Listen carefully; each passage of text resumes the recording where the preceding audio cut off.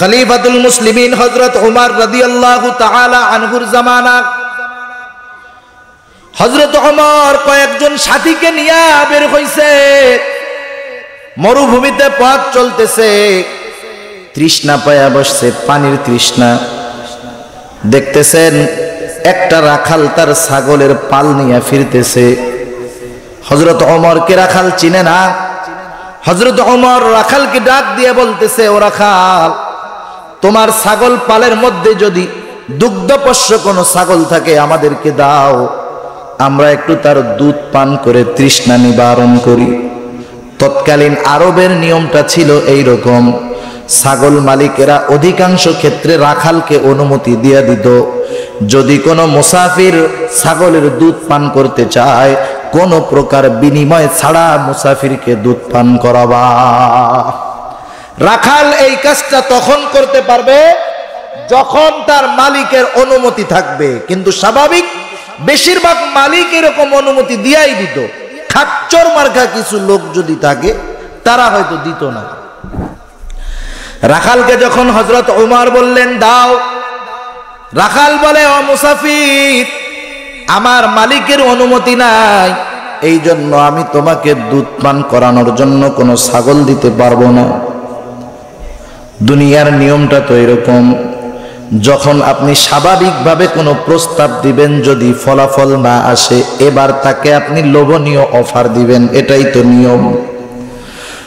হযরত ওমর রাদিয়াল্লাহু তাআলা আন রাখালকে পরীক্ষা করার জন্য এবার বলতেছে, ও রাখাল, তুমি আমাদেরকে একটা দুগ্ধপোষ্য ছাগল দিয়া দাও, আমরা ওই ছাগলটা দিয়া ওর দুধ দিয়া তৃষ্ণা নিবারণ করব আর জবাই দিয়ে খাইয়া ক্ষুধা নিবারণ করব, বিনিময়ে আমরা তোমাকে কিছু দেরহাম দিয়া দেই, কিছু সম্পদ দিয়া দেই। এইবার রাখালটা অবাক হয়ে গেছে, হতবাক হয়ে গেছে, আওয়াজ করে বলতেছে, ইয়া হাদা ফাআইনাল্লাহ, ইয়া হাদা ফাআইনাল্লাহ, এমন আদেশ তুমি করতেছো, হায় রে আগন্তুক, আল্লাহ কোথায়, আল্লাহ কোথায়? তুমি এমন কথা বলতেছো, এটা কি আল্লাহ দেখতেছে না? হয়তো আমার মালিক জানবেও না, দেখবেও না, কিন্তু আমার আল্লাহকে তো ফাঁকি দেওয়া সম্ভব হবে না। ওয়াযাক্কির ফাইন্নায যিকরা তানফাউল মুমিনিন। আল্লাহ রাব্বুল আলামিন বলেন, নবী হে, আপনি নসিহত করেন, ওয়াজ করেন, উপদেশ দেন। কেন নসিহত করা হবে, কেন ওয়াজ করা হবে, কেন উপদেশ দেওয়া হবে? আল্লাহ তাআলা বলেন, ফাইন্নায যিকরা তানফাউল মুমিনিন। কেননা নসিহত, ওয়াজ, উপদেশ এটা মুমিনদের জন্য উপকারী। তাহলে এই নসিহতের মজলিস আমাদের জন্য উপকারী, ঠিক কিনা বলেন? আল্লাহ রাব্বুল আলামিন পয়গম্বরকে আদেশ করেছেন নসিহত করার আদেশ। কোরআনে আল্লাহ রাব্বুল আলামিন নসিহত করেছেন। শুধু তাই নয়, আমার আপনার নবী আমাদের জন্য অনেক নসিহত রেখে গেছেন। অগণিত নসিহতগুলোর মধ্য থেকে আমি আপনাদের খেদমতে আল্লাহর নবীর জবান থেকে বের হওয়া 3টা নসিহতওয়ালা একটা হাদিস পাঠ করেছি। যদিও নসিহত মাত্র 3টা, কিন্তু এই 3টা নসিহত কোনো মানুষ যদি নিজের জীবনের সাথে ফিট করে নিতে পারে, এই মানুষগুলা স্বর্ণের মানুষে পরিণত হয়ে যাবে। এই মানুষগুলা সূরাতে সিরাতে মানুষ থাকবে তা নয়, এই মানুষগুলা খাঁটি আল্লাহওয়ালা মানুষে পরিণত হয়ে যাবে। কারণ স্ট্রাকচার, আকৃতি যদি শুধু মানুষের থাকে এটাকে মানুষ বলা যায় না, ওইটা মানুষের চাইতে খারাপ হয়, ঠিক কিনা বলেন? আবু জেহেল চেহারা তো সুন্দর ছিল, জ্ঞান গরিমার অভাব ছিল না, কিন্তু তার মধ্যে তো দিন ছিল না, ঈমান ছিল না, যার কারণে সে তো মানুষ তো নয়, চতুষ্পদ জানোয়ারের চাইতেও নিকৃষ্ট, ঠিক কিনা বলেন?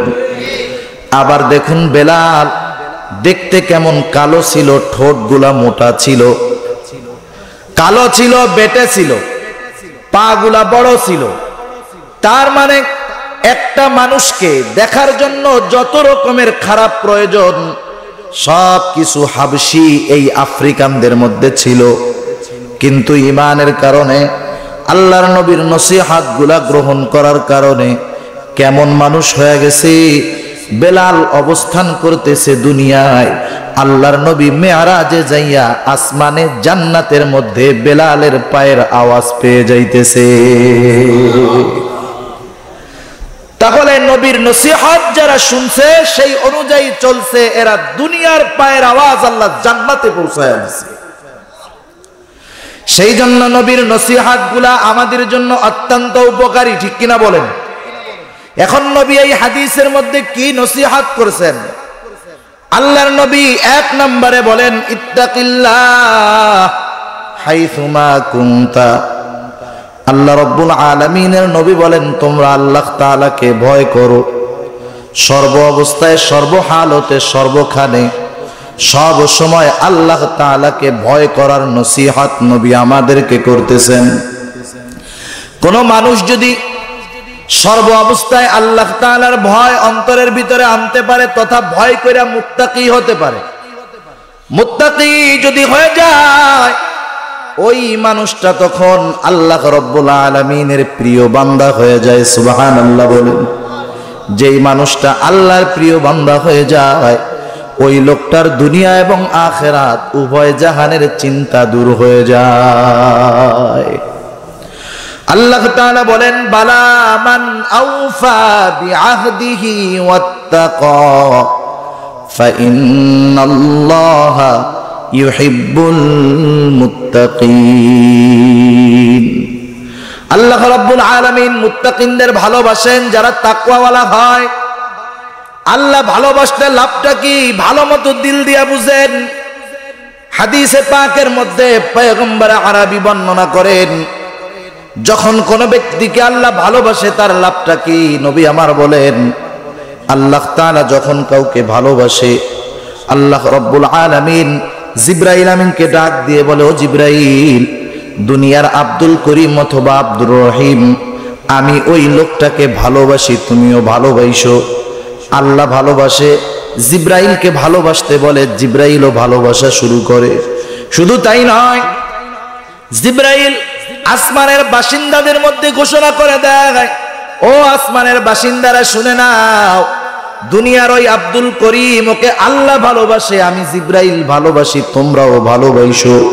আল্লাহর নবী বলেন আল্লাহর ভালোবাসা পায়, জিবরাইলের ভালোবাসা পায়, আসমানের ফেরেশতাদের ভালোবাসা যখন পায় আল্লাহ রাব্বুল আলামিন ওই লোকটার ভালোবাসা এবং গ্রহণযোগ্যতা দুনিয়ার মানুষের মধ্যেও আল্লাহ পয়দা করে দেয়। তাহলে দুনিয়ার ভিতরে মানুষের ভালোবাসা যদি পাইতে হয় চা খাওয়াইলে পাওয়া যাবে, কি বলেন? কত মানুষের চা আমরা খাই, আবার খাইয়া গালিও দেই, আছে না নাই? নির্বাচনের সময়টা যখন আসে, ভোট দিক আর না দিক, চা তো সবাই খায়। চা খাইতে বললে খায় না, মনে মনে কয় যত কাপ চা খাওয়াও না কেন, ভোট কিন্তু তুমি পাওয়া না। দুনিয়ার মানুষের গ্রহণযোগ্যতা অর্জনের জন্য কত মানুষ প্রেসার ক্রিয়েট করে, চাপ দিয়ে নিজেকে সমাজে গ্রহণযোগ্য ব্যক্তি হিসাবে মানুষের সামনে উপস্থাপন করতে চায়। মানুষ হয়তো চাপের ঠেলায়, ক্ষমতার চাপে ভয়ে ওই রকম বড় বড় নেতা বা প্রভাবশালী মানুষকে দেখলে সালাম দেয়, ঠিক কিনা বলেন? সালামটা দেয়, লোকটাকে যখন পাস কইরা পেছনের দিকে যায় মনে মনে বলে এখন তো তুমি পাওয়ারে আছো, পাওয়ার যখন শেষ হবে সুদে আসলে সালাম সবগুলা সাইজ করে উসুল করব। তাহলে দুনিয়ায় মানুষ যেই ভালোবাসা অর্জনের পদ্ধতিগুলো অবলম্বন করে এই ভালোবাসাগুলা প্রকৃতপক্ষে ভালোবাসা না, ঠিক কিনা বলেন? আবার কত মানুষ মারা যাওয়ার পরে মানুষে মিষ্টি খাওয়ায়, কয় মরছে ভালো হয়েছে বাঁচছি। কিন্তু দুনিয়ার ভিতরে যেই মানুষগুলা আল্লাহর মোহাব্বত লাভ করতে পারছে ওই মানুষগুলা জীবনে আমাদেরকে চা খাওয়ায় নাই, হয়তো অনেক সময় সামনাসামনি তাকে দেখিও নাই, কিন্তু অন্তরের ভিতরে ওই মানুষগুলার জন্য আমাদের এরকম মোহাব্বত। যদি তাদের জন্য জান মালও ব্যয় করতে হয় মানুষগুলা তাদের মহব্বতে জানমাল ব্যয় করা কেউ কুণ্ঠাবোধ করে না। আপনাদের এলাকার কৃতি সন্তান শাইখুল ইসলাম আল্লামা আহমদ শফি দামাত বরকাতুহুমুল আলিয়া, আল্লাহ হযরতকে সুস্থ দীর্ঘ নেক হায়াত দান করুক, সকলে বলেন আমিন। আপনারা কি কেউ আছেন যে হুজুর কোনোদিন চার দোকানে চা খাওয়াইয়া কইছে যে আমার একটু ভালো কইও? আছে নাকি? কোনোদিন চা খাওয়া কাউরে বলা লাগে নাই? অনেক মানুষ দেশের জীবনেও হুজুরকে সামনাসামনি দেখে নাই, কিন্তু মোহাব্বত সর্বদা আছে না নাই? প্রতিটা ইমানদার তাকে ভালোবাসে, শুধু তাই নয়, এইরকম মানুষগুলা দুনিয়ায় থাকতে মানুষের ভালোবাসা তো পায়, দুনিয়া থেকে যাওয়ার পরেও তাদের প্রতি মানুষের ভালোবাসায় কোনো কমতি হয় না। সেই জন্য যেই মানুষগুলা মুত্তাকি হয়ে যায়, দুনিয়ায় তার টাকা পয়সা দিয়া মানুষের গ্রহণযোগ্যতা কিনতে হয় না। দান করে কে? আল্লাহ দান করে। যদি প্রতিটা মানুষ মুত্তাকি হয়, আল্লাহর ওয়াদা প্রতিটা মানুষের ক্ষেত্রে এরকম। এখন এই মুত্তাকি কিভাবে হওয়া যায়? বুজুর্গানে দ্বীন কোরআন সুন্নাহর আলোকে আমাদেরকে কিছু পথ নির্দেশনা দিয়ে দিয়েছেন। এই পথ নির্দেশনাগুলা যেই মানুষগুলা অনুসরণ করবে, সেই মানুষগুলার মুত্তাকি হওয়া তথা আল্লাহ ভীতি অর্জন করাটা সহজ হয়ে যাবে।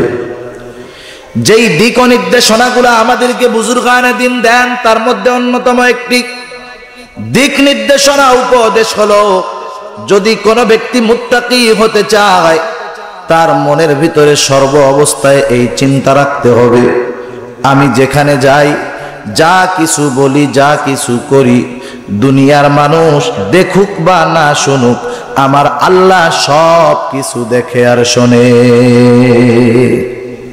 আল্লাহ সব কিছু দেখে শোনে তো, কি বলেন? আল্লাহ রাব্বুল আলামিন কেমন শোনা শুনেন? আল্লাহ রাব্বুল আলামিন কেমন শোনা শুনে? আমি আপনি তো দূরের কথা শুনি না, কয়েকজন যদি একসাথে আমার কাছে কিছু বলে, আমি কারোটাই শুনবো না, খালি আওয়াজ আসবে। আল্লাহ তাআলা কেমন শোনা শুনেন? গহীন অরণ্যের ভিতরে যেখানে কেউ নাই, একটা পাতার উপরে যদি ক্ষুদ্র একটা পিপিলিকা চলে, পিপিলিকার চাইতেও ক্ষুদ্র প্রাণী আছে যেগুলা আমি আপনি একেবারে কাছ থেকেও দেখতে পারবো না, অনুবীক্ষণ যন্ত্রের প্রয়োজন হবে, এত ক্ষুদ্র প্রাণীও আছে। ওই প্রাণীটা যখন কোথাও চলে, ওই প্রাণী পা ফালানোর দ্বারাও কিন্তু আওয়াজ হয়। দুনিয়ার কোনো মেশিন ওই আওয়াজকে ক্যাচ করতে পারে না। ওই ক্ষুদ্র প্রাণীটার পায়ের আওয়াজটাও আল্লাহ তাআলা স্পষ্টভাবে শুনে। আল্লাহ রাব্বুল আলামিন কেমন দেখা দেখে? আমি আপনি তো সামনে দেখি, ডানে বামে তাও দেখি না, সামনের দুয়েরটাও দেখি না, পেছনেরটা দেখার তো প্রশ্নই আসে না। কিন্তু আল্লাহ তাআলা কেমন দেখা দেখেন? গভীর আমাবস্যার রাত, কুচকুচে কালো রাত, গহীন অন্ধকার, এই গহীন অন্ধকারের মধ্যে কালো কুচকুচে একটা পাথর, এই পাথরের উপরে কালো কুচকুচে ছোট্ট একটি প্রাণী। দুনিয়ার কোনো মানুষ এটা তো চোখ দিয়ে আলোবিহীন দেখা সম্ভব নয়। ওই গহীন অন্ধকার আমাবস্যার রাতে কিন্তু নিজের হাতটা চোখের কাছে নিয়েও দেখা যায় না, অথচ এত গহীন কালো, ওই কালো রাত্রির কালো পাথরের মধ্যে কালো পিঁপড়াটা আমি আপনি জিন্দেগিতেও দেখতে পারবো না। কিন্তু আমার আল্লাহ আমাকে আপনাকে যেমন ভাবে দেখেন, ওই কালো রাত্রের কালো পাথরের কালো পিঁপড়াটাকেও আল্লাহ অনুরূপ স্পষ্টভাবে দেখে। শুধু যে আল্লাহ বাহিরের গুলা দেখে, আমার আপনার ভেতরেরটা দেখে না, শোনেন না, এমন নয়। আল্লাহ তাআলা বলেন, নবীকে আপনি বলুন, কুল ইন তুখফু মা ফি সুদুরিকুম আও তুবদুহু ইয়ালামহুল্লাহ। আমি আপনি আমার অন্তরের কোন কথা প্রকাশ করি, কোনটা গোপন করি, আমার পাশে শুয়ে থাকা আমার স্ত্রীও জানে না, জানে কে? আল্লাহ জানে। বলেন তো, এই চিন্তাটা যখন কারো আসবে তখন তার চরিত্র মানুষের অন্তরালে যেমন হবে মানুষের সামনেও তেমন হবে, ঠিক কিনা বলেন? আমাদের চরিত্র তো মানুষের অন্তরালে একরকম, মানুষের সামনে আর এক রকম, মাইকের সামনে একরকম, মাইকের পেছনে আর এক রকম, রাতে একরকম, দিনে একরকম, ঠিক কিনা বলেন? কিন্তু যে লোক চিন্তা করবে যে আমার আল্লাহ আমাকে সর্ব অবস্থায় দেখতেছেন, সর্ব অবস্থায় আমার মনের খবর জানতেছেন, সর্ব অবস্থায় আমার কথাগুলো আল্লাহ তাআলা শুনতেছেন, তাহলে এই মানুষটা মুত্তাকি হওয়ার জন্য বড় একটা ধাপ অতিক্রম করে ফেলতে পারবে। 2 নম্বর, বুজুর্গানে দিন বলেন কেউ যদি মুত্তাকি হতে চায় আল্লাহ তাআলা সেই সিস্টেমটা বাতায় দিয়া বলেন, ইয়া আইয়ুহাল্লাযীনা আমানুত্তাকুল্লাহ ওয়া কুনু মা'আস সাদিকিন। কোরআনুল কারীমের অন্যতম একটা বৈশিষ্ট্য হলো কোরআন যখন কোনো আদেশ করে আল্লাহ তাআলা যেই আদেশ করেন সেই আদেশ বাস্তবায়ন করার পদ্ধতিও আল্লাহ তাআলা বলে দেন। শুধু আদেশ করেন এমনটা নয়, এই আদেশটা কিভাবে বাস্তবে রূপদান করা হবে এটাও আল্লাহ তাআলা বলে দেয়। সুবহানাল্লাহ বলেন। কোরআন শুধু আদেশ নিষেধ করে তা নয়, আপনি নিষেধটা কিভাবে বেঁচে থাকবেন, আদেশটা কিভাবে বাস্তবে রূপদান করবেন, আমলে পরিণত করবেন সেটাও আল্লাহ বলে দেয়। এটা কোরআনের অন্যতম একটা বৈশিষ্ট্য। এটা 2 ভাবে হতে পারে। কোন আদেশ আমলে পরিণত হওয়ার পদ্ধতি আল্লাহ তাআলা বলে দেন, এটা কয় ভাবে হতে পারে? 2 ভাবে। জোরে বলেন কয় ভাবে? 2 ভাবে। আপনারা একটু জবাব দিলে ভালো হবে, কারণ আপনারা একটু কথা বললে আমার একটু সুবিধা হবে, আমিও একটু বেশি সতর্ক থাকতে পারবো। আবার এই লাইট 2টা একবারে চোখের উপরে, তো আপনাদের অনেক মানুষকে ক্লিয়ার দেখা যায় না, সেজন্য লাইট 2টা যদি 2 সাইডে দেওয়া হয় চোখের উপরে পড়ে না, যেই জন্য লাইট দেওয়া সেই লাইটের ফায়দাও হয়ে যায়। লাইটটা দিছে জানি আমার আপনারা ভালো মতো দেখতে পারেন, আমারও তো আপনারও দেখার দরকার, সেই জন্য এই 2 কোণায় দিলে আলোটা ঠিক আসে, সামনে ক্লিয়ার থাকে। আপনারাও আমারে দেখলেন মন ভইরা, আমিও আপনাদেরকে প্রাণ ভইরা দেখলাম, কিন্তু আমি ভালো মতো দেখতে পারতেছি না। আরো এলইডি লাইট পাওয়ার বেশি, চোখে লাগে বেশি। তা যাই হোক, আল্লাহ তাআলা কোনো আদেশ করেন যখন এটা বাস্তবায়নের পদ্ধতি বলে দেন। এটা কয় ভাবে হয়? 2 ভাবে। যেমন আল্লাহ তাআলা কোরআনুল কারীমের ভিতরে নামাজের আদেশ করেছেন। আল্লাহ বলেন ওয়াকিমুস সালাহ, নামাজের আদেশ আল্লাহ তাআলা কোরআনুল কারীমের ভিতরে 82 জায়গায় করেছেন। এখন যদি আপনি দুনিয়ার সর্বশ্রেষ্ঠ মুফাসসিরকে ডাক দিয়ে বলেন, হুজুর এই যে আল্লাহ কোরআনুল কারীমের ভিতরে যে বললেন নামাজের কথা 82 জায়গায়, আমরা 5 ওয়াক্ত নামাজ পড়ি, কয় রাকাত পড়ি, কয় সময়ে পড়ি, এই সবগুলা নবীর সুন্নাহ, নবীর হাদিস বাদ দিয়া শুধুমাত্র কোরআন থেকে বের করে দেন যে 5 ওয়াক্ত নামাজ এই সময় পড়বা, এই কয় রাকাত পড়বা। বলুন তো, আল্লাহর নবীর জীবনী বাদ দিয়া, হাদিস বাদ দিয়া, সুন্নাহ বাদ দিয়া কিয়ামত পর্যন্ত যদি সে রিসার্চ করতে থাকে, 5 ওয়াক্ত নামাজ আমরা যেই তরিকায় পড়তেছি কোশ্চিন কালেও বের করা সম্ভব হবে না। আল্লাহ তাআলা নামাজের আদেশ করলেন, তাহলে এই বাস্তবায়নের পরিপূর্ণ রূপরেখা আল্লাহ কোরআনে দিলেন না, কোথায় দিলেন? পয়গম্বর আরবি বলেন আল্লাহ তাআলা তো নামাজের আদেশ করলেন, কিভাবে নামাজ পড়বা? নবী আমার বলেন সল্লু কামা রাআইতুমুনি উসাল্লি। এই 82 বার আদেশের বাস্তবায়ন যদি করতে হয় তাহলে আমাকে আপনাকে নামাজ শিখতে হবে, আল্লাহ তাআলার এই আদেশের বাস্তবায়ন করতে হবে আল্লাহর রাসূলের দিকে নজর দিয়া, ঠিক কিনা বলেন? ইসলামের অন্যতম বিধান নামাজ, এটা যদি আমলে আনতে হয় এটা আনতে হবে নবীর জীবনী থেকে। আল্লাহ তাআলা আদেশ করলেন হজের আদেশ, যদি কারো নির্ধারিত মাল হয়, হজ ফরজ হওয়ার পরিমাণ হজ করতে হবে, এটা ইসলামের অন্যতম একটা ভিত্তি। এখন যদি কোনো মানুষ চিন্তা করে নবীকে বাদ দিয়া শুধুমাত্র কোরআন থেকে হজের আনুষ্ঠানিক দিয়ে আমি সম্পন্ন করব। কিয়ামত পর্যন্ত শুধু কোরআন রিসার্চ করবে, হজ করতে পারবে না। নবী যেইভাবে করছে, আল্লাহ হজের আদেশ করেছেন, কিভাবে এটাকে আমলে পরিণত করা হবে আল্লাহর নবী আমাদেরকে ডাক দিয়ে শিখায় দেন। নবী বলেন, খুযু আন্নী মানাসিকাকুম, আমার থেকে তোমরা হজ শিখে নাও, কিভাবে হজ করবা। এই জন্য এক নম্বরে বুঝতে পারলাম আল্লাহ তাআলার কোন আদেশ যদি বাস্তবায়ন করতে হয় দুই পদ্ধতিতে পাওয়া যাবে। একটা হলো এই আদেশের আমল রাসূলের জীবনীর মধ্যে পাওয়া যাবে, ঠিক কিনা বলুন। সেই জন্য আমার আপনার নবী হলেন শারিয়া, শরীয়ত প্রণেতা। অনেক কিছু আমার আপনার সামনে আছে হারাম, ওটা কোরআনে নাই, কিন্তু ওটাকে আমার আপনার নবী হারাম করেছেন। অনেক কিছু আছে হালাল, যেটা আপনি কোরআনে পাবেন না, কিন্তু হাদিসে পাবেন, নবী হালাল করেছেন। এই জন্য নবী হলেন শরীয়ত প্রণেতা। এইবার আসুন দ্বিতীয় অবস্থা, আল্লাহ তাআলা যখন কোনো আদেশ করেন, আদেশের বাস্তবায়ন হয়তো নবীর জীবনের মধ্যে থাকবে, না হলে সরাসরি কোরআনের মধ্যে থাকবে। আল্লাহ তাআলা মুত্তাকি হওয়ার এই পদ্ধতিটা সরাসরি কোরআনে জানায়া দিয়া বলেন, হে ঈমানদারেরা, তোমরা যদি মুত্তাকি হতে চাও তোমাদের জন্য কি করণীয় শুনে নাও। কুনু মা'আস সাদিকিন। আল্লাহ আদেশ করলেন, হে ঈমানদারেরা, আল্লাহ তাআলাকে ভয় করো। কিভাবে করবা?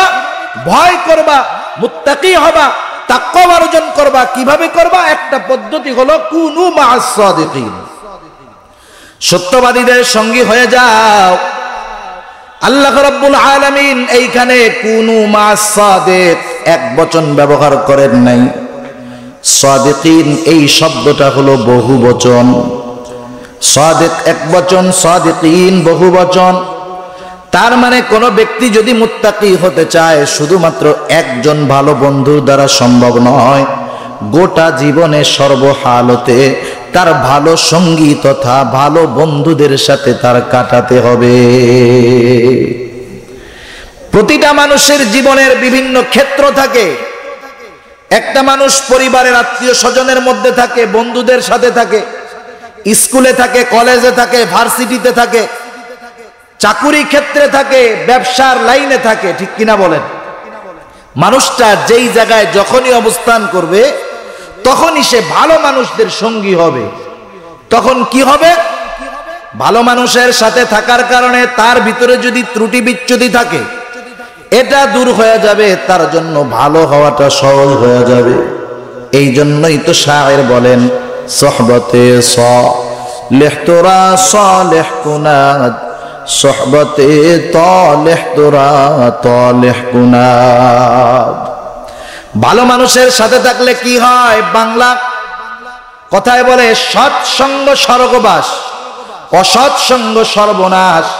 অনেক খারাপ মানুষ তো ভালো মানুষের সাথে থাকার কারণে ভালো হয়ে যায়, ঠিক কিনা বলেন। আবার অনেক ভালো মানুষ সর্বক্ষেত্রে খারাপ মানুষের সাথে থাকার কারণে খারাপ হয়ে যায়। বাংলাদেশের সবচাইতে মেধাবী যেই ছেলেগুলা এরা পড়াশোনা করে বুয়েটে। বাংলাদেশের সবচাইতে মেধাবী ছাত্র যারা, বুয়েটে চান্স পাইতে হইলে সর্বোচ্চ মানের মেধাবী হতে হয়। আজকে তো আমাদের সামনে সে নজির সামনে চলে আসছে যে খারাপ বন্ধুদের সাথে থাকলে মানুষের চরিত্র কোথায় চলে যেতে পারে। বুয়েটে যে ছেলেগুলা ভর্তি হয় ইন্টার পাস করার পর, আপনি যদি এই প্রতিটা ছেলের ব্যাকগ্রাউন্ড খোঁজ নেন দেখবেন ওই ছেলেটা ইন্টারে গোল্ডেন এ প্লাস, ম্যাট্রিকে গোল্ডেন এ প্লাস, জেএসসি জেডিসিতে গোল্ডেন এ প্লাস, পিএসসিতে গোল্ডেন এ প্লাস। চরিত্র ভালো, ভালো স্টুডেন্ট। কিন্তু যখন বুয়েটে ভর্তি হয়ে গেল, এই মেধাবী সুচরিত্র সম্পন্ন সন্তানগুলা যখন বুয়েটে ভর্তি হয়ে খারাপ বন্ধুদের সাথে মিশে চরিত্রটাকে নষ্ট করে ফেললো, চরিত্র এতটা অবনতি হয়ে গেল একটা মানুষকে মেরে ফেলতেও তাদের দ্বিধাবোধ হলো না। চরিত্র কোথায় চলে গেছে? মানুষ মার্ডার করতে তাদের কোনো কিছু বিবেকে সামান্য বাধা দেয় না। সৎসঙ্গ অসৎসঙ্গ মানুষকে এত খারাপ বানায় ফেলে, আবার সৎসঙ্গ কত খারাপ মানুষকে ভালো বানায় দেয়। দুনিয়ায় তো অহরহ নজির আছে। দাওয়াতে তাবলীগের মেহনতের ভিতরে আপনি আমি যদি খোঁজ নেই দেখতে পারবো, জীবনের বড় একটা সময় অন্যায় অপরাধ করে কেটে গেছে। হয়তো জীবনের কোনো একটা কারণে হঠাৎ করে নিয়ত করে ফেলছে 3 চিল্লায় চলে যাবে, আল্লাহর রাস্তায় 3 চিল্লা থাকছে, ভালো মানুষদের সাথে থাকছে, থাকতে থাকতে একটা সময় তার অবস্থা এমন হয়ে গেছে 3 চিল্লা দিয়ে এলাকায় ফিরে আসার পরে আজকে তার চরিত্র এমন হয়ে গেছে অনেক আলেমের চাইতেও তার চরিত্রের ভিতরে ভালো গুণ বেশি দেখা যায়। টের পাওয়া যায় না যে 6 মাস আগের সন্ত্রাসী আজকে বড় মুফতি সাহেব, নাকি সেই 6 মাস আগের সন্ত্রাসী টের পাওয়া যায় না। এটা হইছে ভালো মানুষের সাথে অনেক সময় অতিবাহিত করার কারণে, ঠিক কিনা বলুন? সেই জন্য খারাপ মানুষের মধ্যেও ভালো গুণ আসে যদি সে ভালো মানুষের সাথে থাকে। একটা লোহা আপনি চুম্বকের সাথে লাগায় রাখবেন, লোহার তো আকর্ষণ করার ক্ষমতা নাই, চুম্বক তো লোহাকে আকর্ষণ করতে পারে। 2-4 10 দিন 2-4 6 মাস একটা লোহা যদি চুম্বকের সংস্পর্শে থাকে, একটা সময় যদি ওই চুম্বক থেকে লোহাটাকে খুলে নেওয়া হয়, দেখা যাবে চুম্বকের সাথে থাকতে থাকতে চুম্বকের গুণটা গ্রহণ কইরা এখন ওই লোহাটাও অন্য আরেকটা লোহাকে আকর্ষণ করার যোগ্যতা অর্জন করেছে। লোহা সেও চুম্বকের সাথে থাইকা ভালো গুণ গ্রহণ করে নিছে, আকর্ষণ শক্তি অর্জন করে নিছে। এই জন্য আল্লাহ তাআলা তো কোরআনে বলেন, যদি মুত্তাকি হতে চাও ভালো মানুষদের সঙ্গে থাকো, সঙ্গী হয়ে যাও। 3 নাম্বার, যদি মুত্তাকি হতে চাও জীবনের হিসাব নিকাশ গ্রহণ করো। আল্লাহ রাব্বুল আলামিন বলেন, ইয়া আইয়ুহাল্লাযীনা আমানুত্তাকুল্লাহ ওয়াল তানজুর নাফসুম মা কদ্দামাত লিগাদিন ওয়াত্তাকুল্লাহ। মানুষ যে ব্যবসা করে, চাকুরি করে, প্রতি মাসে কেউ বা প্রতি সপ্তাহে কিছু টাকা ভবিষ্যতের জন্য সংরক্ষণ করে, ঠিক কিনা বলেন? কি চিন্তা করে, আমি যখন চাকুরি শেষ করব, যখন আমার চাকুরি করার মতো শারীরিক সুস্থতা থাকবে না, যখন আমি ব্যবসায় সময় দিতে পারবো না, শারীরিক দুর্বলতা চলে আসবে, সেই সময় জানি আমি অর্থনৈতিক উপকারগুলা আমার জমানো টাকা থেকে নিতে পারি। এই জন্য টাকাগুলা ভবিষ্যতের জন্য সঞ্চয় করা হয়, ঠিক কিনা বলেন? আর আল্লাহ বলে, বান্দা তুমি নিজের দিকে খেয়াল করো, দেখো আগামীর জন্য কি জমাইতেছো। তুমি তো অনিশ্চিত আগামীর জন্য টাকা জমাচ্ছ। যেই লোকটা ভবিষ্যতের চিন্তা করে টাকা জমাইতেছে, এই লোকটা হয়তো ওই টাকা দিয়ে উপকার গ্রহণ করতে পারবে না, হয়তো তার আগেই মালাকুল মউত আইসা তাকে দুনিয়া থেকে নিয়ে যাবে, ঠিক কিনা বলুন? এই জন্য দুনিয়ার যেই আগামী সেটা হলো অনিশ্চিত, মৃত্যুর পরবর্তী যেই আগামী সেটা হলো সুনিশ্চিত। আল্লাহ বলেন, তুমি সেই সুনিশ্চিত আগামীর জন্য কি পাঠাইতেছো, এটা নিজের কাছে নিজে হিসাবটা গ্রহণ করো। দুনিয়ার ভিতরে যেই দোকানদার প্রতিদিনের হিসাব প্রতিদিন করে, সে হলো আদর্শ দোকানদার। এক ছেলে, তার বাপ বিদেশ থেকে 5 লক্ষ টাকা দিছে যে বাবা তুমি ব্যবসা করো, 5 লক্ষ টাকা। ছেলে তো 5 লাখ টাকা দিয়া একবারে দোকান ভরা ফেলছে, অনেক মালামাল, কিন্তু তার নিয়মতান্ত্রিকতা ঠিক নাই। কয় টাকা বিক্রি হলো, কয় টাকা বাকি গেল, কয় টাকার মালামাল রাখলো, এগুলার কোনো হিসাব তার নাই। দেখা গেল কি 1 বছর পরে দোকান ঠিকই আছে, মাল তো কিছুই নাই, দোকানে শুধু চায়ের কয়েকটা কাপ আর কেতলি আর পানের বাটা ছাড়া কিছু নেই, ঠিক কিনা বলো? 1 বছরে 5 লাখ টাকার পুঁজি খতম। কেন? ব্যবসা করছে, কারে কি দিছে, কি কিনছে, কি বিক্রি করছে, ওর হিসাব ওর কাছে নাই। অথচ আমার দেখা অভিজ্ঞতা আপনাদেরকে বলি, আমাদের অঞ্চলে এক ব্যক্তি 100 টাকার পুঁজি নিয়ে ব্যবসা শুরু করছে, মাত্র 100 টাকার পুঁজি। আল্লাহ তাআলা সেই লোকটাকে এখনো বাঁচায় রাখছে, সুস্থ আছে। একটা সালার চট, সালার বস্তার উপরে নিজে ওই মালগুলা নিয়ে বসতো। সহনশীলতার সাথে, হিসাবের সাথে ব্যবসা করতে করতে আমার তো মনে হয় আজকে তার দোকানে 1 কোটি টাকার উপরে মাল আছে।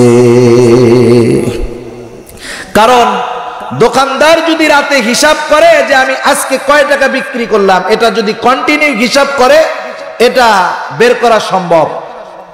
কয় টাকা বাকি দিছে লেখা রাখছে, কয় টাকার মাল আজকে কিনছে লেখা রাখছে। এগুলা যখন আলাদা করবে তার আজকের বিক্রির পরিমাণটাও বের হয়ে যাবে। ওর হিসাব হবে আজকে আমার 5,000 টাকা বিক্রি, 500 টাকা গেছে বাকি, মাল কিনছি 4,000 টাকার, তার মানে 500 টাকা তার বাকি আছে, 5,000 টাকা তার বিক্রি হয়েছে, তার মাল কিনছে 4,000 টাকার। হিসাবটা ক্লিয়ার তার। আগামী দিন সে প্রস্তুতি নিবে আমার বিক্রিটা বাড়াতে হবে, বাকিটা কমাতে হবে। এই ধারাবাহিকতায় সে যদি তার ব্যবসাকে বজায় রাখতে পারে, পুঁজি অল্প হতে পারে কিন্তু এক সময় তার ব্যবসা আলোকিত হয়ে যাবে।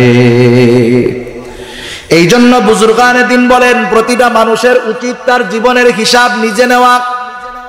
হাকিমুল উম্মত মুজাদ্দিদুল মিল্লাত শাহ আশরাফ আলী থানভী রাহমাতুল্লাহি আলাইহি বলেন প্রতিটা মানুষের নিজের জীবনের হিসাব প্রতিদিন নেওয়া উচিত। আজকে আমার দ্বারা কয়টা গুনার কাজ হলো, আমার দ্বারা কয়টা সওয়াবের কাজ হলো, আমি কয়জনকে সালাম দিলাম, কয়জনকে আমি উপকার করলাম, সাহায্য করলাম। আমি যদি রাতের বেলায় 10টা মিনিট নিজের জন্য এই কাজটা করি, আমার হিসাব বের হয়ে যাবে আগামীর জন্য কতটুকু সওয়াব আমি জমাতে পারলাম। সেই জন্য কেউ যদি মুত্তাকি হতে চায় জীবনের হিসাব গ্রহণ করতে হবে, আগামীর জন্য সম্পদ পাঠাইতে হবে। এখন কেউ যদি মুত্তাকি হয়, আল্লাহ ভীতি অর্জন করে তাকওয়াওয়ালা যদি হয়ে যায়, তার তো লাভ দুনিয়ায়ও আছে আখিরাতেও আছে, ঠিক কিনা বলেন? এই চিন্তা যখন মানুষের মধ্যে আসবে, আমার আল্লাহ দেখে, আমার আল্লাহ দেখে ভালো বন্ধুদের সাথে চলবে, নিজের হিসাব নিজে গ্রহণ করবে, স্বর্ণযুগের মানুষের গুণগুলা তাদের মধ্যে চলে আসবে। এই কথা তো বাস্তব। স্বর্ণযুগের নিম্ন শ্রেণীর মানুষগুলার ভিতরে যেই খোদা ভীতি ছিল, আজকের যুগের বড় বড় বুজুর্গদের মধ্যেও সেই খোদা ভীতি নাই। কেমন ছিল এই জামানার মানুষগুলা আমরা তো জানি অনেক। খলিফাতুল মুসলিমিন হযরত উমর রাদিয়াল্লাহু তাআলা আনহুর জামানা, হযরত উমর কয়েকজন সাথীকে নিয়ে বের হইছে, মরুভূমিতে পথ চলতেছে, তৃষ্ণা পায়া বসছে, পানির তৃষ্ণা। দেখতেছেন একটা রাখাল তার ছাগলের পাল নিয়ে ফিরতেছে। হযরত ওমরকে রাখাল চিনে না।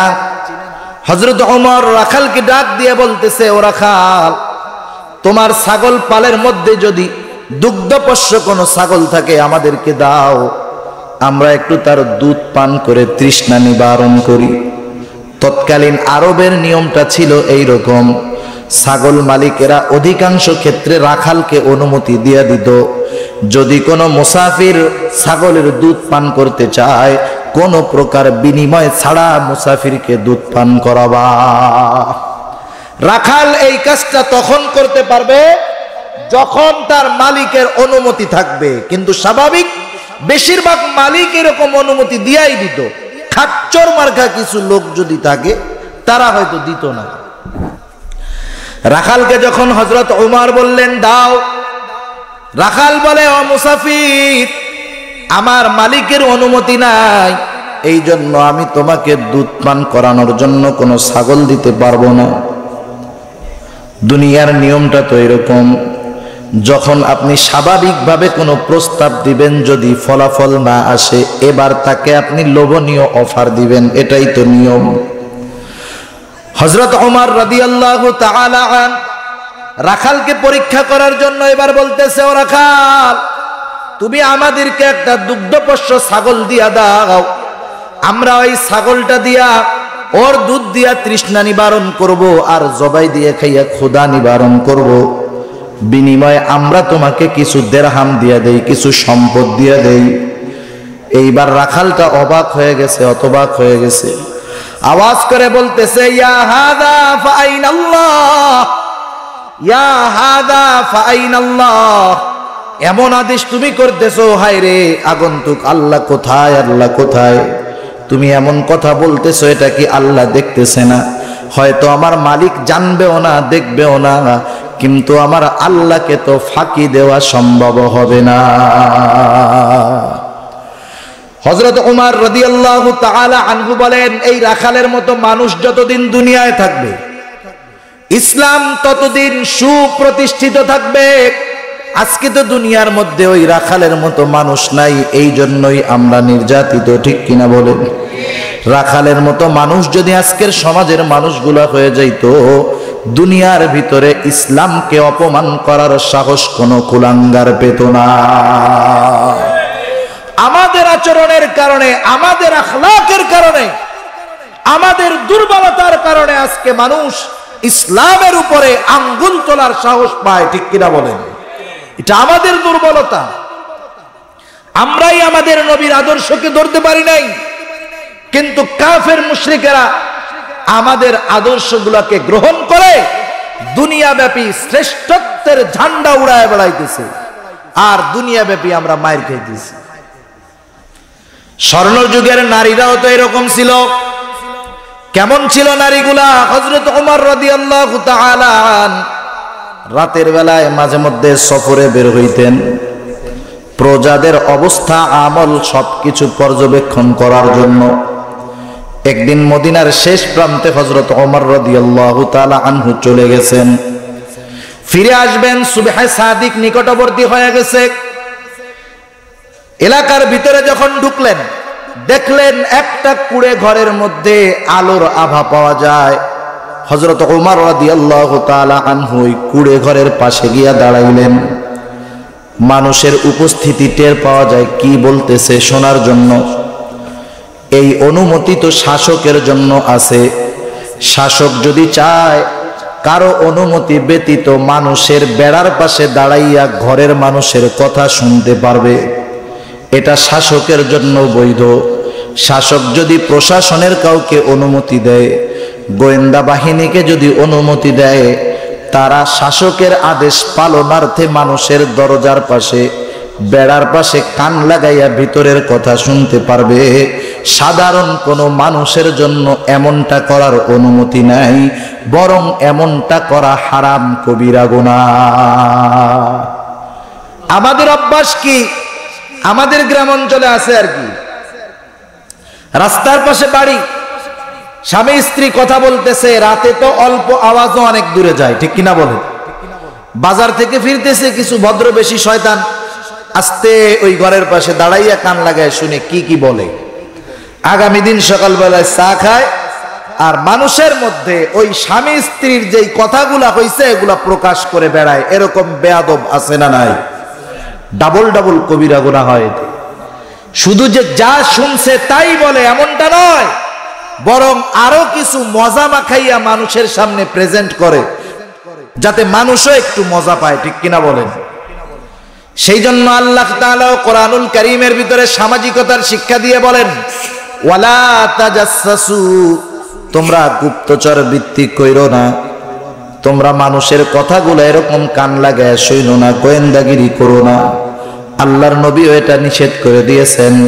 যাই হোক, হযরত ওমর রাদিয়াল্লাহু তাআলা আনহু তো খলিফাতুল মুসলিমিন, প্রজার অবস্থা তো তার জানার প্রয়োজন। পাশে দাঁড়াইছেন, বুঝতে পারলেন ভিতরে দুইজন মহিলা আছে, হয়তো একজন মা একজন মেয়ে।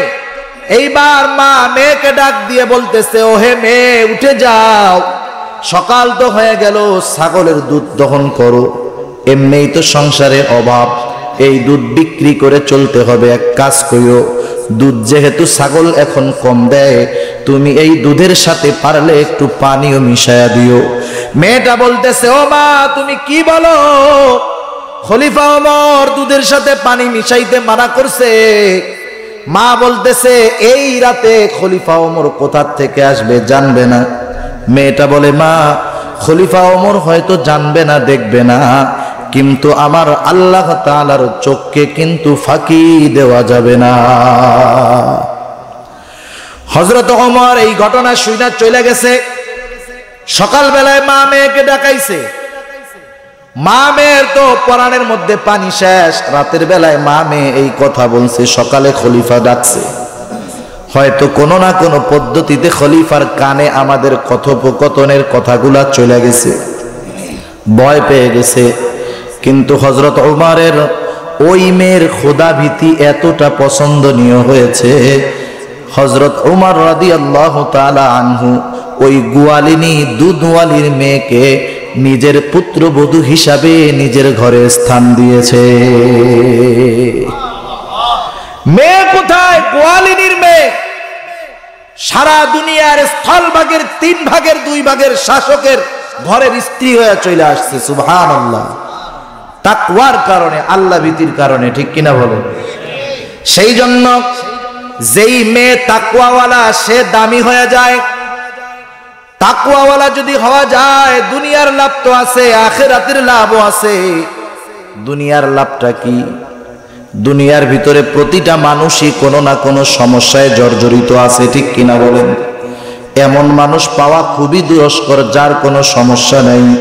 কেউ আছে রাজনৈতিক প্রবলেমে, কেউ আছে সামাজিক সমস্যায়, কেউ আছে মানসিক সমস্যায়, কেউ আছে শারীরিক সমস্যায়, কেউ আছে ব্যবসা নিয়ে সমস্যায়, কেউ আছে জমি জমা নিয়ে সমস্যায়, ঠিক কিনা বলেন?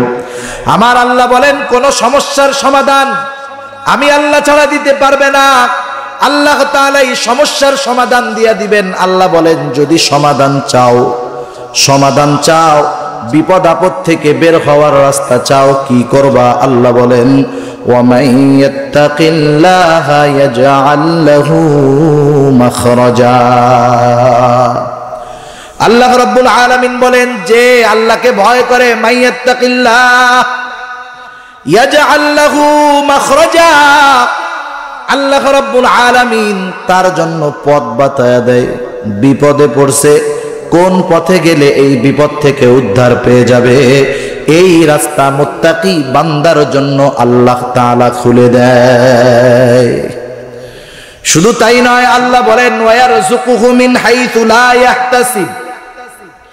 আল্লাহ রাব্বুল আলামিন তার জন্য উত্তম রিজিকের ব্যবস্থা করে দেয় এমন জায়গা থেকে যেটা মানুষ কল্পনাও করতে পারে না। রিজিকের ব্যবস্থা আল্লাহ তাআলা তার জন্য করে দেয়। আর আল্লাহ যেই রিজিকের ব্যবস্থা করে দেয়, মানুষ সেটার উৎস জানুক আর না জানুক, আল্লাহ প্রদত্ত রিজিকটা যে অতি উত্তম, এ ব্যাপারে কোনো সন্দেহ নাই। তৎকালীন সময়ে মিশরের আল আজহার বিশ্ববিদ্যালয়ে আজকে যে অবস্থা, এক সময় কিন্তু এরকম ছিল না। ছিল নাকি? আজকে কত বড় বড় বিল্ডিং, ওই সময় ছিল না। সারা দুনিয়ার বড় বড় প্রতিষ্ঠানগুলো এক সময় ছিল না এরকম। ডালিম গাছের নিচে দেওবন্দ মাদ্রাসার শুরু হয়েছে, আজকে কত ভবন। হাটহাজারী মাদ্রাসা আজকে কত বড়, এক সময় এরকম ছিল না। মেখল মাদ্রাসা কত বড় ছিল না এক সময়। পটিয়া মাদ্রাসা কত বড় ছিল না। জিরি মাদ্রাসা কত বড়, একটা সময় এরকম ছিল না। মিশর আল আজহার বিশ্ববিদ্যালয় এক সময় এরকম ছিল না। সিস্টেম ছিল কি, ওই দেশে বড় বড় আলেম ছিলেন, বিভিন্ন দেশ থেকে মানুষ আইসা ওনাদের কাছে ইলম শিক্ষা করতে। থাকারও জায়গা নাই, খাওয়ারও ব্যবস্থা নাই। ইরাকে একটা ছেলে, এই ছেলের বাবা মারা গেছে, আত্মীয় স্বজন শুধু মা আছে, আর কেউ নাই। একদিন এই মাও মারা গেছে। ছেলেটার বয়স 17-18 বছর, যুবক মানুষ, সম্পদ আছে কিছু। যখন কারো কেউ থাকে না, তখন ভূমিদস্যুদের নজর ওই ভূমিগুলার দিকে যায়, ঠিক কিনা বলেন? ছেলেটা চিন্তা করতেছে, মানুষের নজর এই দিকে পড়ার আগে এই সম্পদ দিয়ে এমন কিছু সম্পদ আমার অর্জন করতে হবে, যেই সম্পদটা কোনো মানুষ কাইড়া নিতে পারে না। এই চিন্তা করে সম্পদ যা ছিল বিক্রি করে ফেলছে। নিয়ত করছে, মিশরে চলে যাব, ওইখানে গিয়া আলেমদের সাথে গিয়া দ্বীনি ইলম শিক্ষা করব। সম্পদ কেড়ে নিতে পারবে, আমার জীবন গুলি করে হত্যা করে ফেলতে পারবে, কিন্তু আমার জ্ঞানকে কেড়ে নিতে পারবে না, ঠিক কিনা বলুন? গুলি করে জীবন কেড়ে নেওয়া যায়, নবীর মোহাব্বত কেড়ে নেওয়া যায় না। আজকে তো আমাদের দেশে গুলি করে নবী প্রেমকে দমায়া দেওয়ার চেষ্টা করা হইতেছে। সম্ভব? নবীর জন্য যেই জমিনে রক্ত প্রবাহ হবে, সেই জমিনের মানুষের মধ্যে নবীর মোহাব্বত আরো বাড়বে, ঠিক কিনা বলেন? সেই জন্য কিছু সম্পদ কেড়ে নেওয়া যায় না। ছেলেটাই চিন্তা করে মিশরে চলে আসছে, প্রতিদিন হুজুরের কাছে বৈশা দ্বীনি ইলম শিখে, নিজে খায় আর যেইখানে রাত সেইখানে কাজ, বৈশা বৈশা নিজের টাকা দিয়া খায়। আমাদের গ্রামের ভাষায় বলে, বৈশা খাইলে রাজার গোলাও শেষ হয়ে যায়। আর যদি খালি ক্যাসিনো খেলার অভ্যাস থাকে, কি বলেন? ক্যাসিনো চিনেন না? ডিজিটাল ভার্সন তাস খেলার, জুয়ার ডিজিটাল ভার্সন হলো ক্যাসিনো। এটার অভ্যাস যদি থাকে তো আরো জঘন্য।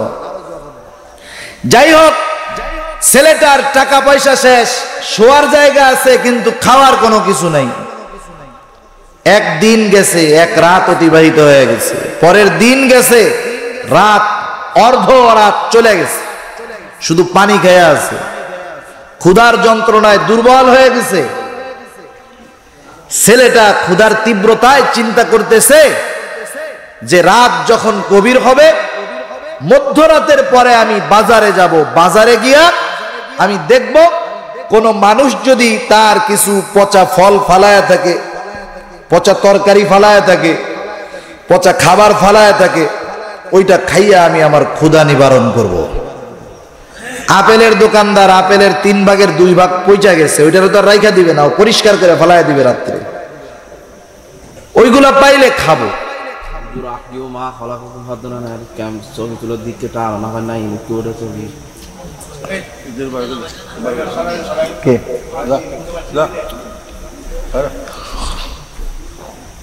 যাই হোক, সে এই চিন্তা করে রাতের বেলায় বাজারে গেছে। যা কি দেখে, যা দেখতেছে যে বাজারও পরিষ্কার, কিছু খাবার নাই, পুরা পরিষ্কার বাজার। আমরা তো স্বাভাবিক এক বেলা 2 বেলা না খাইলে অবস্থা খারাপ হয়ে যায়, ঠিক কিনা বলেন? গ্রাম অঞ্চলের কত কৃষক সকাল বেলায় খাইয়া জমিতে গেছে কাজ করার জন্য, দুপুর বেলায় স্ত্রীর একটু রান্না করতে দেরি হয়েছে, ক্ষুধার যন্ত্রণায় মেজাজ খারাপ, রান্না করতে কেন দেরি হইল, এই রাগে বউর 14 গোষ্ঠী ধরে তালাক দিয়ে দেয়, আছে না নাই? এতটুকু সময় ক্ষুধা সহ্য হয় না। যুবকটা 2 দিন 2 রাত শেষ হয়ে যাইতেছে, খাবার নাই পেটে, শুধু পানি। খাবার যখন পায় নাই, হতাশা বেড়ে গেছে, মনের অজান্তে শহরের শেষ প্রান্তে একটা গলির মধ্যে ঢুকে গেছে। গলির ভিতরে ঢুইকা ছেলেটা দেখে সামনে একটা বাড়ি দেখা যায়, আলো জ্বলতেছে।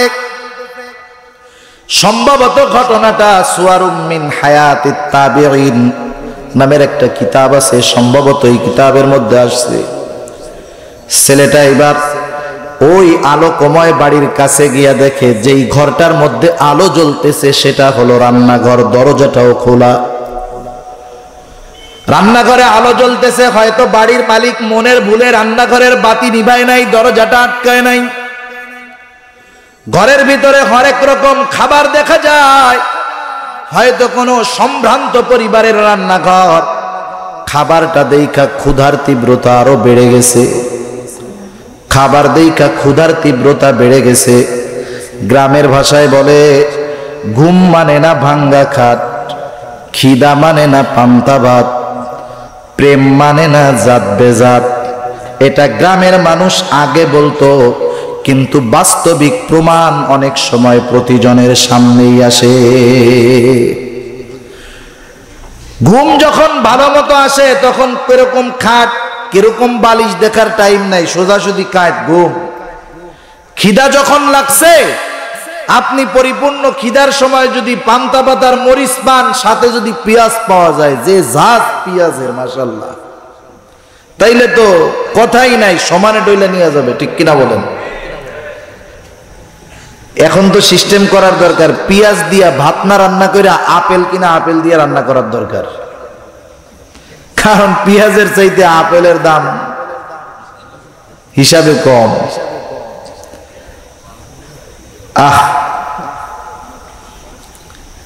যারা সম্পদ আটকায়া রাখে, বাজারের ভিতরে শূন্যতা, কৃত্রিম শূন্যতা সৃষ্টি করার জন্য, এদের উপরে আল্লাহ তাআলার লানত। যেই ব্যবসায়ীরা এগুলো করতেছে এরা ক্ষতিগ্রস্ত হবে, কিয়ামতের ময়দানে আল্লাহর সামনে জবাবদিহিতা করতে হবে। তা যাই হোক, প্রেম মানে না জাত বেজাত কেন বলে? আপনি সম্ভ্রান্ত বংশের একটা ছেলে, আপনার ছেলেও তো সম্ভ্রান্ত বংশের, ঢাকা শহর গিয়া নিম্ন বর্ণের নিম্ন শ্রেণীর একটা মানুষের সাথে, মেয়ের সাথে সম্পর্ক করে বিবাহ করে নিয়ে আসছে। আপনার সুখের ঘরে আগুন জ্বালানোর জন্য ওইরকম একটা মহিলাই যথেষ্ট, ঠিক কিনা বলেন? এই জন্য বিবাহর ক্ষেত্রে এই বংশ এগুলা দেখার কথা রাসূলুল্লাহ সাল্লাল্লাহু আলাইহি ওয়াসাল্লামও বলছেন। তোমরা দেখবা কোন বংশের, কিন্তু দিনদারিকে প্রাধান্য দিতেই হবে, দিনদারি থাকতেই হবে। তা যাই হোক, ছেলেটা তো খাবার দেখে খিদা বেশি লাগছে, ভিতরে চলে গেছে ঘরের মধ্যে, খাবারের কাছে হাত নিয়ে গেছে, খাবার ধরবে। ইতিমধ্যে ওস্তাদের একটা নসিহত ওই ছেলেটার মনে পড়ে গেছে। ওস্তাদ দর্সের ভিতরে একদিন বলছে, বাবারা, সর্ব অবস্থায় তোমরা মনের ভিতরে আল্লাহর ভয় রাখবা, কোন সময় হারাম জিনিস খাবা না, কারো জিনিস না বলে, কারো অন্তরালে কারো খাদ্য না বলে তখনও গ্রহণ করবা না। যদি করো তোমার মধ্যে কিন্তু ইলমের নূর প্রবেশ করবে না, ইলমের নূর তোমার ভিতরে ঢুকবে না। ছেলেটা এবার চিন্তা করে, আহা, নিজের এলাকা ছেড়ে সব কিছু ছেড়ে মিশরে আসলাম, যেই জিনিসটা অর্জন করার জন্য সেটা যদি সামান্য খাওয়ার কারণে চলে যায়, এমন খাওয়ার প্রয়োজন নাই। আল্লাহর ভয়টা অন্তরে নিয়া, তাকওয়ারে খাবার বানাইয়া নিজের মনকে বুঝাইয়া ছেলেটা ফিরে চলে আসছে, পানি খেয়ে ঘুমায় গেছে। সকালবেলায় ফজরের নামাজের পর ওস্তাদের দর্সের ভিতরে বসে গেছে। ওস্তাদ এইবার তাদেরকে পড়ানো শুরু করছেন। কিছু সময় পর একটা ছোট বাচ্চা আইসা ওস্তাদকে বলতেছে, ওস্তাদ, একজন মহিলা আপনার সাথে একটু কথা বলতে চায়। দূরে একটা পর্দানিশীন মহিলা দাঁড়ায় আছে। ওস্তাদ ওই মহিলার সাথে দীর্ঘক্ষণ কথা বলে দর্সে ফিরে আসছেন। যাওয়ার সময় ওস্তাদের চেহারার ভিতরে হাস্য উজ্জ্বলতা ছিল, কিন্তু আসার পরে চেহারার ভিতরে চিন্তার ছাপ। দীর্ঘ সময় ওস্তাদ চুপচাপ বইসা আছেন, কোনো কথা বলেন না। সকল নীরবতাকে ভেদ করে ওস্তাদ হঠাৎ করে বলতেছে, এই, তোমাদের মধ্যে কেউ আসো নাকি বিবাহ করবা? কোন ওস্তাদ শিক্ষক যদি ক্লাসের মধ্যে এই কথা বলে যে তোমাদের মধ্যে আসো নাকি কেউ বিবাহ করবা, কারো যদি তিনটা বিয়াও করতে মনে চায়, ওস্তাদের সামনে বলবে, না ওস্তাদ, কি বলেন, বিয়ের বয়স হয়েছে নাকি? ঠিক কিনা বলেন? এখন তো দেশের মানুষের বিবাহর বয়স হয় না। বিবাহর বয়স কবে হবে আল্লাহই জানে। ছেলে যুবক, বাপকে বলা হইলো ছেলেকে বিবাহ দেন না কেন? বাপ কয়, ছেলে নিজের পায়েই দাঁড়াইতে পারে নাই, বিবাহ দিব কেমনে? বলে কি বলে না? অনেক যুবক মানুষ আছে, বলার দরকার। ছেলে নিজের পায়ে দাঁড়াইতে পারে নাই কেন? আপনার পা দিয়ে দাঁড়ায় নাকি? ওর তো দুই পাও ঠিকই আছে। না, কামাই করাই শিখে নাই, বিয়ে করবে কি? এই ছেলে যৌবনের কারণে আপনি বিবাহ দেন নাই, বিবাহ দেওয়ার দায়িত্ব আল্লাহ আপনাকে দিয়েছেন। যুবক ছেলে মেয়ে, যুবতী মেয়ের বিবাহ দেওয়ার দায়িত্ব তার নিজের না, আল্লাহ দিয়েছে অভিভাবককে। আপনি বিবাহ দেন নাই, যৌবনের তাড়নায় ছেলেটা অন্যায় করতেছে, অপরাধ করতেছে, পরনারীর সাথে কথা বলতেছে, প্রেম করতেছে, জঘন্য অপরাধ জেনায়ও যদি লিপ্ত হয়, আপনি বাবা যদি তাহাজ্জুদ গুজারিও হন, ওই যুবক ছেলে অথবা মেয়েকে বিবাহ না দেওয়ার কারণে যেই অপরাধ ওরা করতেছে, ওই অপরাধের সমপরিমাণ গুনাহ আপনি তাহাজ্জুদ গুজার বাবার আমল নামায় আল্লাহ যোগ করে দিচ্ছে। সেই জন্য সাবধান, নিজে আগে বাঁচতে হবে, ঠিক কিনা বলেন? আর বিবাহ কেন দিবেন না? আল্লাহ তাআলা বলেন, তুমি কি অভাবের ভয়ে বিবাহ দাও না? আল্লাহ বলেন, ইয়াকুনু ফুকারা ইউগনিহিমুল্লাহ। বিবাহ ইখলাসের সাথে দিবা। বিবাহ একটা ইবাদত, ইবাদত মনে করে যদি বিবাহ দাও, রাসূলের আদর্শ অনুসরণ করে যদি বিবাহ দাও, যদি অভাব থাকে সেই অভাব দূর করে সচ্ছলতা দিবেন কে? কিন্তু চিটাগাংয়ের বিয়ে হবে না, সিলেটের বিয়েও হবে না। কারণ এই দুই জেলার বিভাগের ভিতরে লক্ষ লক্ষ কোটি কোটি টাকা অপচয় করা হয়। বিবাহকে ট্রেডিশন বানানো হয়, বিবাহ অপচয়ের দুয়ার মানুষকে খুলে দেয়। কিছু বাবা তো মেয়ে বিবাহ দিতে গিয়ে নিজেরও যায়, সুদের বোঝাও মাথার উপরে চাইবা বসে, ঠিক কিনা বলেন? সেই জন্য চিটাগাংয়ের বিবাহের ইতিহাস আর সিলেটের বিবাহের ইতিহাস শুনলে আর কইতে গেলে আমারই কান্না চলে আসে। অবস্থা কি!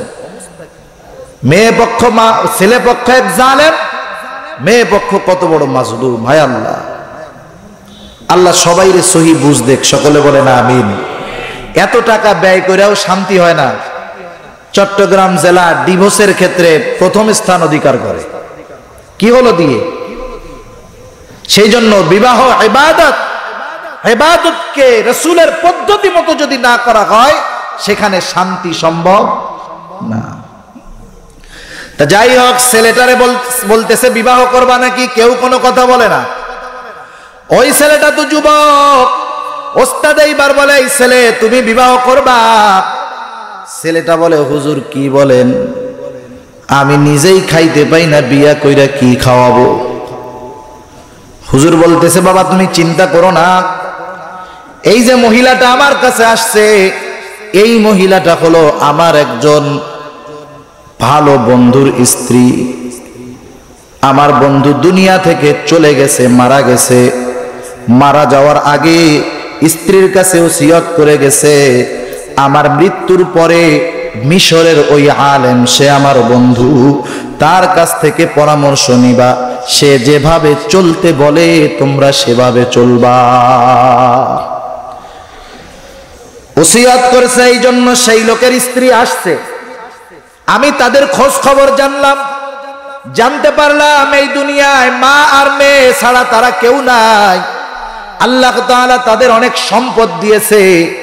সমাজের ভিতরে যদি এমন হয় মা মেয়ে, মা আছে যুবতী একটা মেয়ে আছে, আল্লাহ তাআলা তাদের সম্পদও অনেক দিয়েছে, কিন্তু এই মা মেয়ের দুনিয়ায় অভিভাবক হিসাবে কেউ নাই।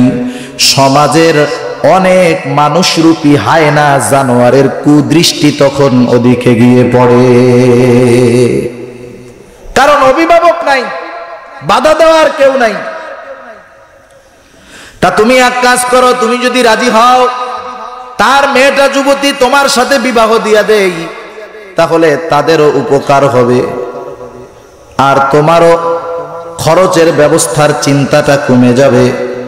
ছেলেটাও চিন্তা করে, হায় রে, ভালো একটা সুযোগ, আমারও তো দুনিয়ায় কেউ নাই, টাকা পয়সাও নাই, যদি বিবাহ হয় আমারও থাকার মতো একটা জায়গা হলো, আমার ইলম শিক্ষার যা প্রয়োজন সব কিছুর ব্যবস্থা হয়ে গেল। এই চিন্তা করে ছেলেটা বিবাহে রাজি। ওস্তাদ নগদ নগদ নিয়ে মেয়েটার সাথে মেয়ের বাড়িতে নিয়ে বিবাহ দিয়ে দিল। ছেলের রাইখা ওস্তাদ এবং কয়েকজন ছাত্র গিয়াছিল, চলে আসলো। 2-3 দিন পরে ছেলেটা ওস্তাদের কাছে আসছে। ওস্তাদের পাশে বৈশা ছেলেটা কান্না করতেছে।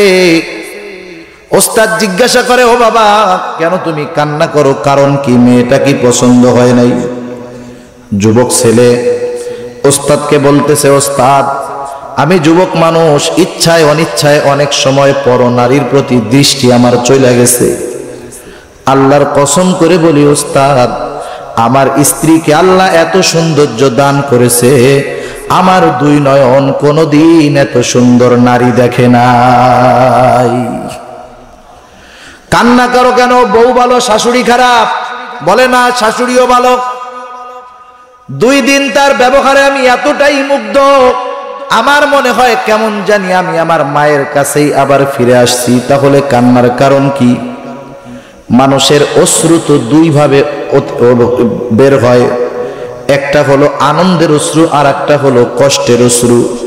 আনন্দের কারণেও কিন্তু পানি বের হয় চোখ দিয়ে, দুঃখের কারণেও চোখ দিয়ে পানি বের হয়।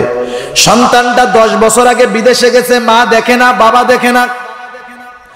10 বছর পর সন্তান ফিরে আসছে, সবার চিন্তা ভাই কি আনছে, চাচা কি আনছে, কিন্তু মা বাবার চিন্তা ওইটা না। কখন সন্তানের চেহারাটা দেখবে, উত্তপ্ত অন্তরটাকে সন্তানের চেহারার মাধ্যমে ঠান্ডা বানাবে। সবাই সবার চিন্তায় বিভোর। সন্তান যখন মায়ের সামনে আসে, মা সন্তানটাকে বুকের সাথে মিলাইয়া আনন্দের অশ্রু অতিবাহিত করে। আনন্দের অশ্রু তার চোখ দিয়ে বহমান হয়ে যায়, এটা আনন্দের কারণে হয়। ছেলেটা বলে, ওস্তাদ এই আনন্দ অশ্রু আমার, এটা দুঃখের নয়। আমি তো আমার অবস্থা আপনাকে খুলে বলি নাই। ওস্তাদ এই মেয়েটার সাথে বিবাহের আগের 2 দিন 2 রাত আমি অনাহারে ছিলাম, না খেয়েছিলাম, শুধু পানি খেয়েছিলাম। সর্বশেষ রাত্রে আমি মিশরের বাজারে গিয়া ক্ষুধার যন্ত্রণায় পচা খাবার খুঁজতেছিলাম, পাই নাই। মনের ভুলে, মনের অজান্তে আমি একটা সরু গলি দিয়া ঢুইকা একটা বাড়ির সামনে গেলাম। রান্নাঘর পাইলাম, সম্ভ্রান্ত পরিবারের রান্নাঘর, হরেক রকমের সুস্বাদু খাবার। খাবারের সামনে গিয়াও আপনার একটা নসিহত আমার মনে পড়ে গেছে। আপনি তো নসিহত করেছিলেন, ইত্তাকিল্লাহ, সর্ব অবস্থায় আল্লাহর ভয় অন্তরের মধ্যে রাখবা, কোনো হারাম খাবার খাবা না, কারো খাবার না বইলা খাবা না, তাহলে ইলমের নূর তোমার মধ্যে ঢুকবে না। ওস্তাদ খাবার যখন সামনে, আমার তো ওই নসিহতটা মনে পড়ে গেছে। ক্ষুধার যন্ত্রণাকে বাদ দিয়ে আপনার নসিহতটাকে প্রাধান্য দিয়ে খাতে খাবার নিয়েও না খায়া ফিরে চলে আসছি। কিন্তু আল্লাহ তাআলার কুদরত কেমন, রাতের বেলায় যেই বাড়ির খাবারটা আমি না খায়া ফিরে আসলাম, সকাল বেলায় আল্লাহ তাআলা ওই বাড়ির মেয়ের জামাই আল্লাহ আমাকে বানায়া দিছে। যেই খাবার চুরি করে খাইতে গেছিল হিসাবে এখন জামাই বলে সাইদ্দা খাওয়াবে, ঠিক কিনা বলেন? তাহলে রিজিকের ব্যবস্থা আল্লাহর ভয় যদি অন্তরের মধ্যে থাকে, কোথার থেকে আসবে মানুষ চিন্তাও করতে পারবে না। এই জন্য আল্লাহর ভয় যদি থাকে, দুনিয়ার সমস্যাও দূর হয়ে যাবে, রিজিকের চিন্তাও দূর হয়ে যাবে। শুধু তাই নয়, দুনিয়ার তো ব্যবস্থা হয়েই গেল, আখিরাতে আল্লাহ রাব্বুল আলামিন স্পেশাল ভাবে জান্নাতের মধ্যে তাদের জায়গা বরাদ্দ রাখবে। অভিবাদন দিতে দিতে জান্নাতে ঢুকানো হবে। আজকে তো বড় বড় নেতারা আসলে আমরা মিছিল দেই, আরে বাবা কি মিছিল! জান্নাতের মধ্যে মুত্তাকি বান্দাদেরকে ফেরেশতারা মিছিল দিয়া জান্নাতের মধ্যে ঢুকায়া দিবে। সুবহানাল্লাহ বলেন। আল্লাহ বলেন, ওয়াসিকাল্লাযীনা ইত্তাকাউ রাব্বাহুম ইলাল জান্নাতি যুমারা হাত্তা ইযা জাউহা ওয়া ফুতিহাত আবওয়াবুহা ওয়া ক্বালা লাহুম খাযানাতুহা সালামুন আলাইকুম তিবতুম ফাদখুলুহা খালিদিন। ফেরেশতারা মিছিল দিবে, বলবে তোমরা তো দুনিয়ায় ভালো মানুষ ছিলা, তাড়াতাড়ি জান্নাতে ঢুকে যাও। মুত্তাকি বান্দাদেরকে এরকম স্লোগান দিয়া দিয়া তাদের উপরে শান্তি বর্ষিত হোক, এই স্লোগান দিয়া দিয়া জান্নাতের মধ্যে ঢুকানো হবে। সুবহানাল্লাহ। শুধু তাই নয়, আল্লাহ বলেন জান্নাতের মধ্যে আসন তো থাকবে। কেমন জায়গায় মুত্তাকিরা থাকবে? আল্লাহ বলেন, ইন্নাল মুত্তাকিনা ফি জান্নাতিন ওয়া নাহার ফি মাকআদি সিদকিন ইনদা মালিকিন মুকতাদির। নহরওয়ালা জান্নাত তো তারা পাবেই, শুধু তাই নয়, তাদের রবের নিকটে নিকটে তাদের জন্য সম্মানজনক আসনের ব্যবস্থা করা হবে। রবের নিকটে নিকটে থাকবে। কিছু কিছু মুত্তাকি বান্দা তো এমন থাকবে, জান্নাতের সবচাইতে দামি নেয়ামত হলো আল্লাহর দর্শন। কেউ মাসে একবার আল্লাহরে দেখবে, কেউ সপ্তাহে একদিন দেখবে, কেউ দিনে একদিন দেখবে। আর খাঁটি মুত্তাকি বান্দারা যখন খুশি তখন আল্লাহকে দেখবে। সুবহানাল্লাহ। তাহলে কেউ যদি তাকওয়াওয়ালা হয়, দুনিয়া আখিরাতে চিন্তা আছে। এই জন্য পয়গম্বর আমাদেরকে নসিহত করতেছেন, ওয়াজ করতেছেন, ইত্তাকিল্লাহা হাইসুমা কুনতা সর্ব অবস্থায় তোমরা আল্লাহ তাআলাকে ভয় করো। আল্লাহর নবী দ্বিতীয় নসিহত করে বলেন, ওয়া আতবি'is সাইয়্যাতাল হাসানাতা তামহুহা। আল্লাহর নবী এই কথাটা এরকম বলেন যে তোমাদের দ্বারা যখন কোনো খারাপ কাজ হয়ে যায়, সাথে সাথে তোমরা ভালো কাজ করো। কারণ কি, ভালো কাজ খারাপ কাজটাকে মিটায়া দেয়। একটা গোনাহ হয়ে গেল, গোনাহ, বনি আদমের তো গোনাহ হবেই। তিরমিজির মধ্যে আসছে, যদি বনি আদম গোনাহ না করত, গোনাহ করার ক্ষমতা না থাকতো, গোনাহ নাই করতো, আল্লাহ এমন জাতি সৃষ্টি করতেন যাদেরকে দিয়ে আল্লাহ গোনাহ করাইতেন। তারা মাপ চাইতো, আল্লাহ আবার মাফ করে দিতেন। সুবহানাল্লাহ।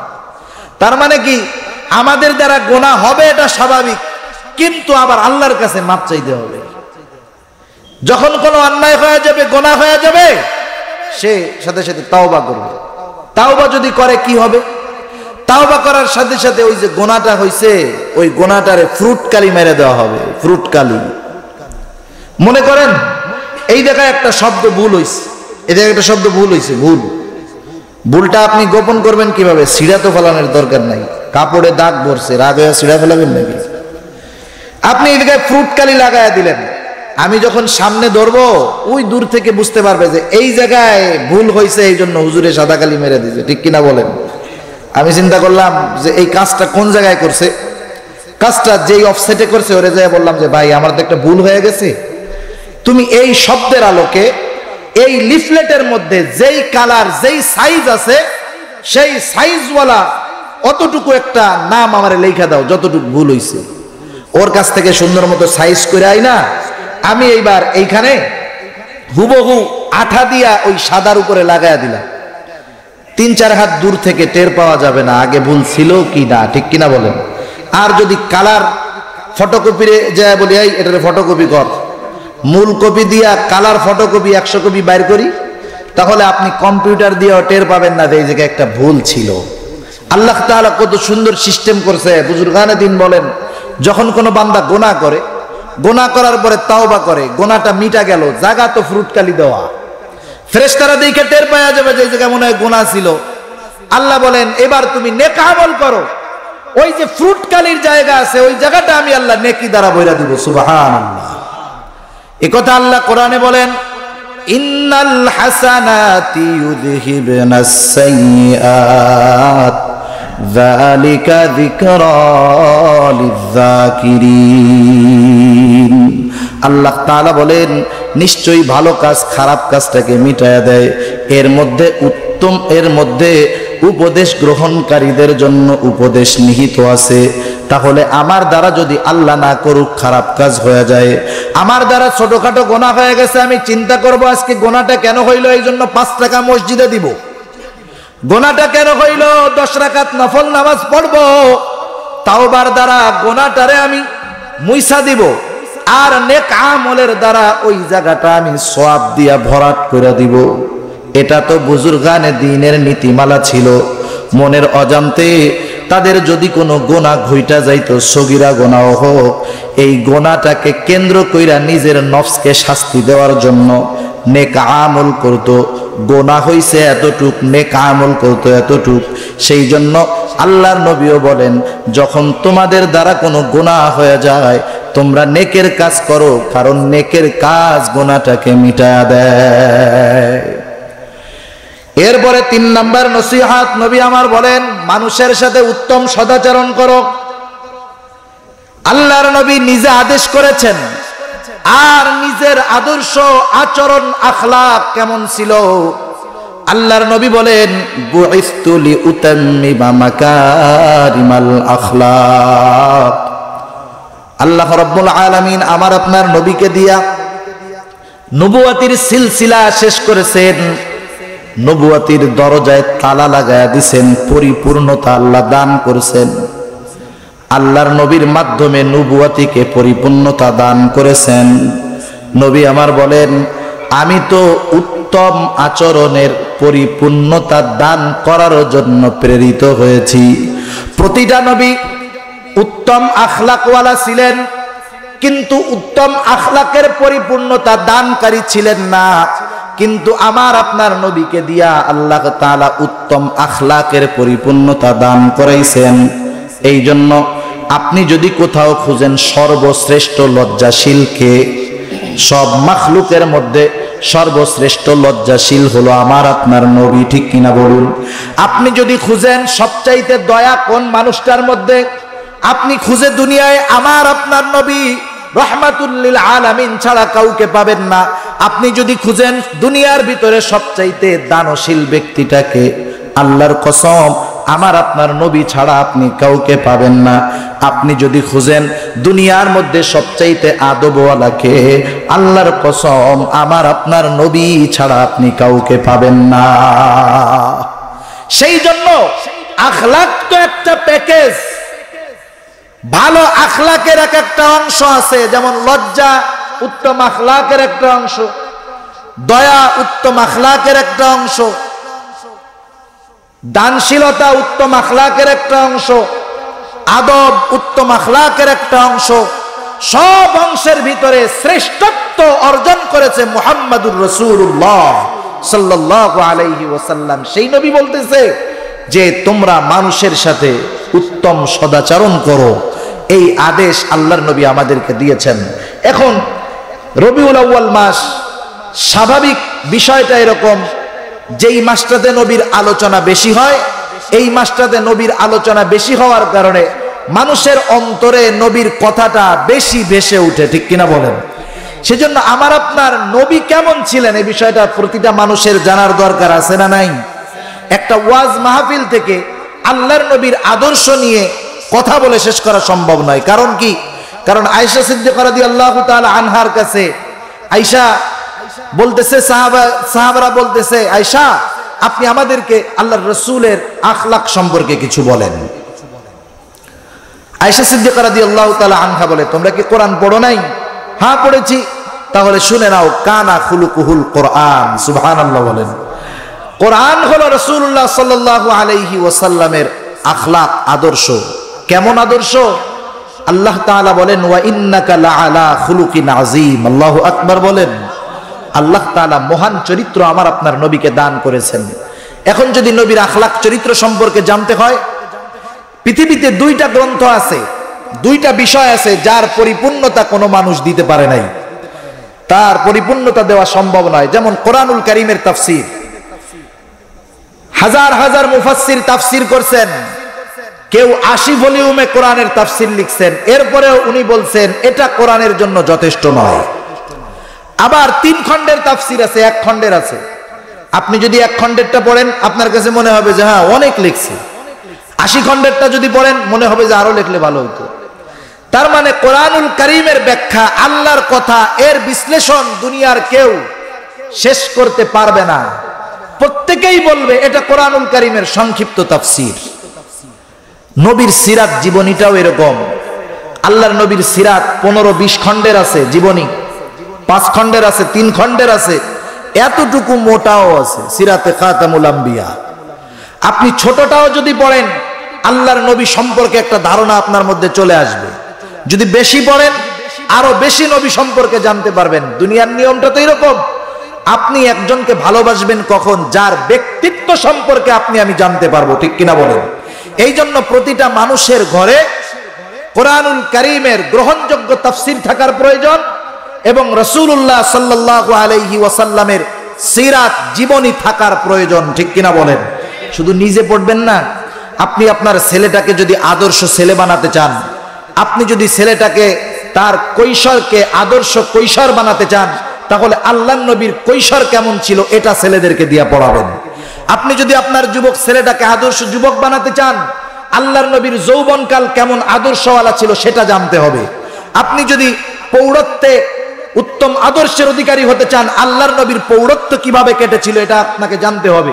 আপনি যদি আদর্শ ব্যবসায়ী হতে চান, আল্লাহর নবী কেমন ব্যবসায়ী ছিলেন এটা আপনাকে জানতে হবে।